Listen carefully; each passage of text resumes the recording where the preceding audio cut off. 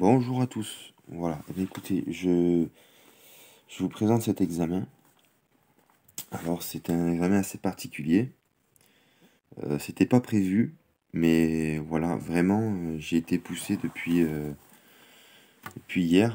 Vraiment, j'ai été travailler avec cela, car j'ai rencontré beaucoup de personnes qui ont, on va dire, beaucoup de croyances envers les anges, qui invoquent les anges, espérant recevoir d'eux, sans même croire réellement en la parole de Dieu et respectant les conditions, hein, respectant les enseignements du Seigneur, de ce que Dieu nous demande par rapport à cela. Hein. Dieu nous a avertis, hein, que nous ne devons pas ben, invoquer, prier nulle autre personne que lui. Hein, que ce soit un ange, que ce soit des saints, que ce soit les morts, que ce soit ceux qui évoquent les esprits, enfin, tous les esprits, même de se tourner vers ceux qui évoquent les esprits, qui consultent les morts, etc. Dieu ne nous le permet pas. Cela est défendu. Cela est une abomination devant le Seigneur. Nous devons prier le Seigneur seul et s'attendre à lui. Voilà. Alors je voudrais partager voilà, cet examen, hein, qui est sur les saints anges et les anges déchus. Voilà, pour faire comprendre un peu ce que la Bible enseigne sur les anges à ces personnes qui mettent leur confiance dans les anges, qui prient des anges, sans même savoir en réalité qui ils prient. Voilà. Donc je vais vous présenter cela et que le Seigneur, notre Dieu, puisse vous convaincre, hein, et vous diriger dans toute la vérité. Amen. Donc voilà, je voudrais juste dire quelques paroles de la Bible, hein, pour essayer de vous faire comprendre vraiment ce que la parole de Dieu, hein, qui a été laissée aux hommes pour les enseigner et les instruire de ce qu'il nous est permis de connaître, hein, à nous, créatures de Dieu. Voilà, c'est que premièrement, les saints anges au service de Dieu, et non les anges déchus, comme Satan par exemple, hein, et ceux qu'il entraîne avec lui, les saints anges de Dieu, sont en réalité au service de Dieu le Créateur, et qu'ils ne sont pas au service de l'homme. Si ce n'est, hein, qu'ils peuvent l'être, mais par rapport à l'ordre de Dieu. C'est-à-dire qu'ils peuvent être favorables pour nous, c'est-à-dire au service de Dieu, pour le bien de ceux qui le craignent, qui croient en lui, se sont repentis, convertis à Jésus-Christ et à sa volonté. Oui, c'est à ceux, hein, qui l'honorent en lui obéissant. Hein. Voilà, tel est l'enseignement de la Bible. Hein. Voilà, en abrégé, hein, bien sûr que Dieu me pardonne pour cela. L'évangile de Matthieu, chapitre 26, verset 53, Jésus-Christ a dit, hein, en raison de... parce qu'il était dans le jardin de Gethsémane, hein, à ce moment-là, les gardes, hein, venaient le prendre, hein, pour... voilà, vous connaissez, avant sa crucifixion, voilà. Et lorsque l'apôtre Pierre, ben voilà, a sorti son épée, a coupé l'oreille voilà, de ce geôlier, hein, de ce garde. Et là, le Seigneur Jésus-Christ lui a dit, penses-tu que je ne puisse pas invoquer mon Père, hein, qui me donnerait à l'instant plus de 12 légions d'anges? Hein, donc cela, en fait, nous montre très clairement que, premièrement, nous ne pouvons pas, et nous n'avons pas le droit, hein, car la Bible nous défend de prier ou d'invoquer un ange, un saint, un mort ou qui ou quoi que ce soit, hein, d'autre que Dieu lui-même, par Jésus-Christ. Car on doit prier que Dieu au nom de Jésus-Christ, par l'intercession et l'intermédiaire de Jésus-Christ, le seul sauveur et Seigneur et intercesseur, hein, entre Dieu et les hommes, et non un ou des anges. Car les saints anges de Dieu, hein, sont au service de Dieu, et non des hommes. Si ce n'est que lorsque nous sommes croyants en Jésus-Christ, hein, et pratiquant sa volonté, que nous nous sommes repentis, convertis à lui, et convertis de tout mal, qui est contraire à sa volonté, alors, dans ce cas-là, nous sommes obéissants à la volonté de Dieu et de Jésus-Christ. Et alors, à ce moment-là, l'ange du Seigneur, l'Éternel, campe autour de ceux qui le craignent, hein, de ceux qui craignent Dieu, et il les arrache au danger, mais à ceux qui se sont engagés à croire par la foi agissante, qui croient, hein, qui se sont repentis, convertis et qui le respectent et l'honorent. Alors comme le dit le psaume 34, verset 7, l'ange de l'Éternel campe autour de ceux qui le craignent, et il les arrache au danger. Aussi la Bible dit qu'ils peuvent être là, devant la face de Dieu, pour plusieurs raisons, que je ne me permettrai pas de dire par faute de connaissance. Mais la Bible nous enseigne que, voilà, les anges, des enfants qui sont convertis, eh bien, ils se présentent devant Dieu. Ils sont tout le temps devant la face de Dieu. Voilà, pour une raison, pour même plusieurs raisons, je dirais, mais je ne me permettrai pas de les dire, car voilà, je n'ai pas cette connaissance. Voilà, je ne vais pas dire des choses de mon interprétation à moi, je préfère laisser parler la Bible. Et je crois que c'est ce que nous devons faire impérativement. Mais voyez, nullement la Bible, malgré la grandeur et la pureté et la sainteté qu'elle laisse entendre des saints anges de Dieu, la Bible ne nous enseigne pas et ne nous autorise pas à les révérer, et encore moins à les solliciter, les invoquer, car ils sont au service de Dieu pour lui et pour ses enfants rachetés, car obéissant à sa volonté, mais seulement par la volonté et l'ordre de Dieu. Ils sont là pour servir Dieu, et non les hommes directement. Seule la prière à Dieu et l'obéissance à Dieu, à sa volonté, peut nous donner le privilège de recevoir la protection de Dieu, premièrement, par lui, et aussi par l'intermédiaire de ses anges, à son service. Parce que les anges, les saints anges de Dieu, sont au service de Dieu. La Bible nous montre aussi que toutes les fois où les anges de Dieu se sont présentés à certains hommes, dans l'Ancien Testament, par exemple, dans l'Ancienne Alliance, ou femmes, même dans la Bible, parce que ça se souvent présenté aussi, les anges sont souvent présentés à des femmes, mais cela était parce qu'elles étaient des véritables croyantes. Et ces personnes-là étaient des véritables croyants, ils pratiquaient la volonté de Dieu. Parce que nous ne pouvons pas recevoir, nous ne pouvons pas déjà invoquer les anges, nous ne pouvons pas être négligents, incrédules, incroyants dans la volonté de Dieu, dans la Bible, dans la volonté de Dieu, et invoquer les anges. Déjà, cela n'est pas permis par le Seigneur, mais nous ne serons pas exaucés. Je vais rentrer un peu plus dans les détails. Dans l'évangile de Luc, chapitre 1, verset 38, il nous est dit que Marie dit « Je suis la servante du Seigneur, qu'il me soit faite selon ta parole ». Là, elle s'adresse à l'ange qui s'est présenté à elle pour lui dire que par le Saint-Esprit, elle enfantera le Sauveur du monde, Jésus-Christ, le salut des hommes. Voilà. Et voyez que toutes ces personnes qu'ils ont reçu, par exemple, un message d'un ange, c'était des personnes, c'était des servantes et des serviteurs du seul Dieu créateur. Et que un ou des saints anges, et qu'ils se sont présentés à eux, car c'est Dieu qui les a commandés et envoyés. Car aucun homme sur terre peut recevoir l'assistance ou l'exaucement par un ange de Dieu pour les raisons dont je vous ai répétées. Un exemple dans l'évangile de Luc, chapitre 4, versets 29 à 12. Lorsque le diable il transporta Jésus-Christ encore à Jérusalem et l'ayant mis sur le haut du temple, il lui dit « Si vous êtes le Fils de Dieu, jetez-vous d'ici en bas. » Car il est écrit qu'il a ordonné à ses anges d'avoir soin de vous et de vous garder. Et qu'ils vous soutiendront de leurs mains, de peur que vous ne vous heurtiez le pied contre quelque pierre. Voyez-vous que là, il est dit « si vous êtes fils de Dieu ». Car en réalité, sans cela, nous ne sommes pas gardés. Nous ne nous rendons pas Dieu favorable. Et nous ne permettons pas aussi à Dieu de nous faire bénéficier de ses promesses en notre faveur. Car cela fait obstacle. Car nous avons besoin de croire et de mettre en pratique sa parole pour lui appartenir et recevoir son aide. Et l'aide par la protection que Dieu peut donner à ses enfants, par aussi l'intermédiaire de ses anges. Oui, ses saints anges, à son service et sous ses ordres. À lui seul. Amen.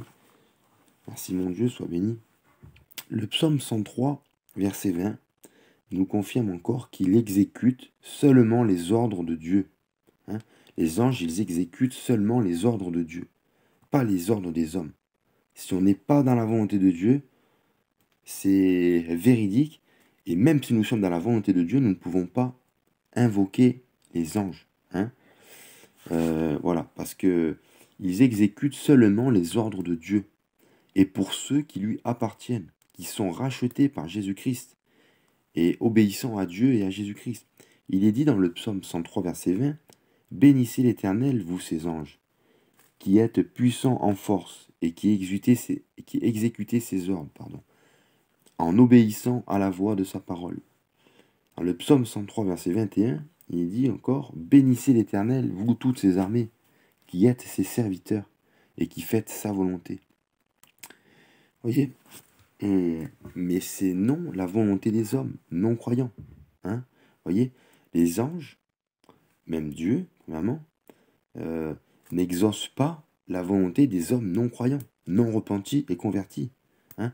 Lisez le psaume 91 et vous comprendrez mieux les paroles que le diable a repris et dit à Jésus-Christ. Hein. Cela se trouve dans le psaume 91. Et vous verrez, vous comprendrez, et surtout comment on peut recevoir l'aide de Dieu. Hein. Par directement sa toute-puissance, venant directement du Seigneur lui-même, ou par l'intermédiaire de ses saints anges. Car sans cela, ce ne sont pas les anges de Dieu qui se présentent à l'homme, quels qu'ils soient. Car n'oublions pas aussi que la Bible enseigne que Satan se déguise en ange de lumière. Ça, c'est dans l'épître de 2 Corinthiens, chapitre 11, verset 14. Il nous dit, et cela n'est pas étonnant, puisque Satan lui-même se déguise en ange de lumière. Voilà ce qui nous est rapporté dans la parole. Et je rajoute moi aussi que son but, c'est par rapport à la conclusion que j'ai fait de la parole de Dieu. Les chrétiens, les croyants n'ignorent pas cela. C'est pour ça que je rajoute aussi que son but, c'est aussi, le but de Satan, c'est d'empêcher les hommes de croire en Jésus-Christ et en ses commandements, en sa parole, la Bible, et ainsi d'empêcher les hommes d'invoquer le seul Sauveur et Seigneur et médiateur et intercesseur entre Dieu et les hommes, qui est Jésus-Christ. Qu'il en soit béni. Amen. Satan, il est aussi appelé le séducteur, le père du mensonge, le malin. On peut voir dans l'ensemble de l'enseignement de la Bible, les saints anges de Dieu sont toujours au service de Dieu, pour Dieu. Si nous ne sommes pas croyants et obéissants à la volonté de Dieu, qu'il nous est possible de connaître par cette parole, eh bien, nous ne sommes pas croyants et obéissants. Alors, premièrement, Dieu ne nous exauce pas, car la Bible dit qu'il n'exauce pas les pécheurs, mais que celui qui l'honore et fait sa volonté, c'est celui-là qui l'exauce. Cela nous est rapporté dans l'évangile de Jean, chapitre 9, verset 31. Alors, autrement dit, si nous ne sommes pas obéissants dans la volonté de Dieu, alors il est évident, par rapport à l'enseignement qu'il ressort de la Bible, que ce ne sont pas des saints anges de Dieu, mais des anges déchus qui se présentent à l'homme inconverti. Vous voyez, qui n'est pas dans la volonté de Dieu. Et je crois personnellement que c'est pour nous faire approuver et croire que l'on puisse être en désaccord avec Dieu, l'enseignement de sa parole, la Bible.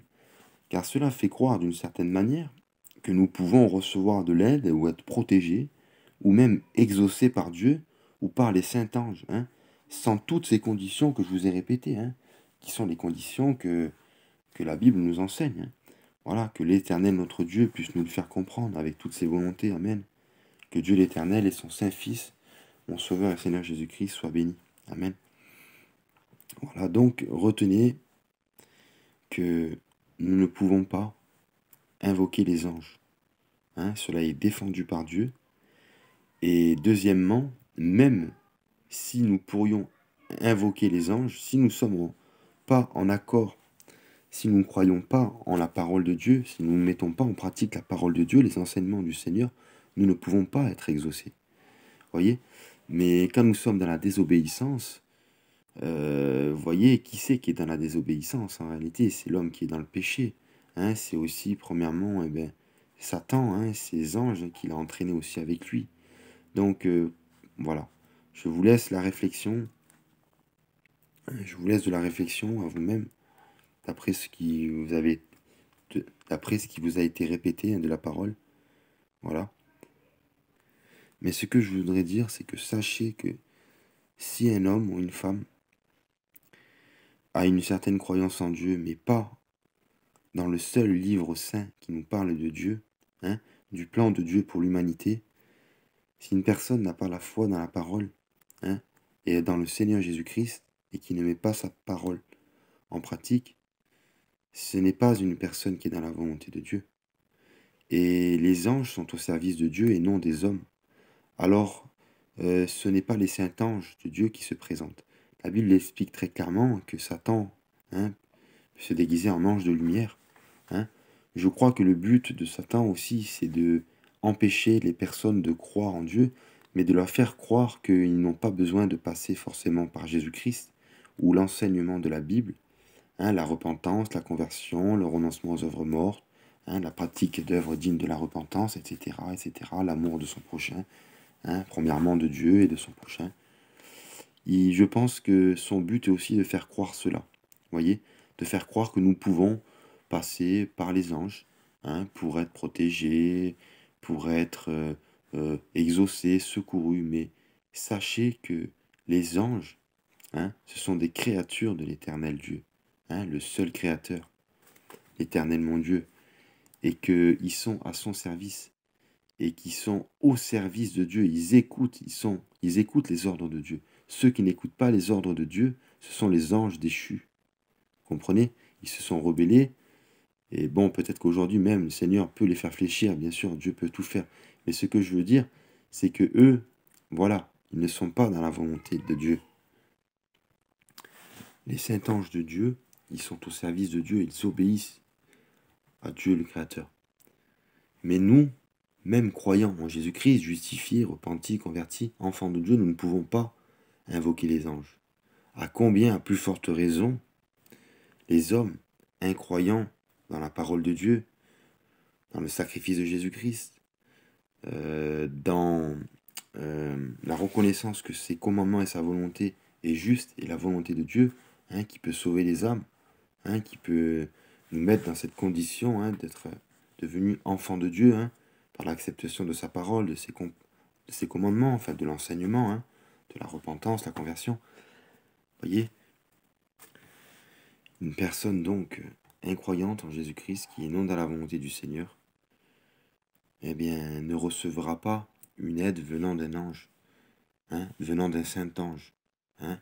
Étant donné que Satan peut se déguiser en ange de lumière, eh bien, ceux qui ne sont pas dans la volonté de Dieu, qui font ces pratiques, n'honorent pas Dieu. Alors ce ne sont pas les saints anges du Seigneur qui peuvent se présenter à eux, hein, selon ce que dit la parole, mais plutôt des anges déchus, hein, voilà, qui pourraient, je le crois de tout mon cœur, hein, comme je vous ai expliqué, faire croire que nous n'avons pas besoin de passer par Jésus-Christ, de passer par ses commandements pour recevoir la protection, la bienveillance des anges. Mais non, cela est un mensonge, hein, un mensonge de l'ennemi, de Satan, le malin, le trompeur, le père du mensonge, hein, le séducteur. Voilà, je ne saurais vous dire plus. Je voudrais juste rajouter qu'il y a beaucoup de personnes aussi qui disent que, voilà, est-ce que, parce que ces personnes, hein, je parle vraiment à ces personnes qui ont de la croyance dans les anges, qui prient les anges, etc., ils pensent aussi que ils pourront devenir comme des anges quand ils mourront.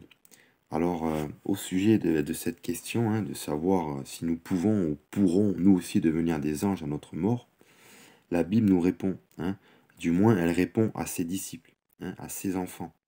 Elle dit que voilà que ses disciples, ses enfants, donc à ceux qui croient et sont devenus ses disciples, eh bien, par les conditions que je vous ai répétées, bien sûr, hein, voilà, il nous est dit qu'à la résurrection des croyants véritables, hein, pratiquant la volonté de Dieu et de Jésus-Christ, seuls ces croyants, hein, car dans ce verset, il s'agit d'une réponse à ses disciples en rapport de leur résurrection. Et ce verset, il se trouve dans l'évangile de Matthieu, chapitre 22, verset 30. Hein. Il est dit, car à la résurrection, les hommes, hein, ne prendront... Donc là, je précise, pardon, à ceux qui ne le savent pas, que ce texte, il est adressé, hein, à des chrétiens, hein, Il s'adresse, là, il est sujet des croyants, hein, des véritables croyants en Jésus-Christ, pratiquant sa volonté, hein, que à la résurrection, hein, ces hommes ne prendront point de femmes, parce que c'était une question, hein, des disciples aussi, mais ni les femmes de Marie, mais ils seront comme les anges de Dieu, hein, dans le ciel. Donc, alors oui, pour être biblique et en accord avec les Écritures saintes, eh bien oui, les enfants de Dieu, hein, au jour de l'avènement du Seigneur, Jésus-Christ, ils ressusciteront dans un corps glorieux, incorruptible, hein, ils seront changés dans ce corps glorieux, incorruptible, et seront comme les saints anges de Dieu. Voilà ce que la Bible nous dit. Amen. Amen. Alléluia, Seigneur mon Dieu. Voilà, j'espère avec la grâce de Dieu et son assistance que vous soyez éclairés et conduits dans la vérité, hein, pour le bien et l'amour de vos âmes. Hein, ne vous laissez pas tromper. Voilà. La parole de Dieu, elle est là pour nous éclairer, nous instruire. Hein. Mettez votre confiance dans la parole de Dieu. Croyez, avancez dans ce chemin, dans ce que le Seigneur vous demande dans la parole. Cela honorera Dieu et Dieu honorera votre foi. Hein. Et Dieu vous exaucera. Hein. Vous verrez que Dieu changera votre cœur. Hein. Dieu vous bénira. Mais vous aurez aussi votre part à faire. Voilà, la repentance, la conversion, la foi. Hein. Avancer dans ce qu'on ne voit pas. Hein, mais ce qu'on espère de tout notre cœur, que ce soit la vérité. Voilà. Heureux, hein, ceux qui croient sans avoir vu. Voilà. Que Dieu vous bénisse et vous convainc. Hein. Voilà, je crois en la parole de Dieu et à ce qu'il nous a permis de connaître, hein, par sa parole écrite.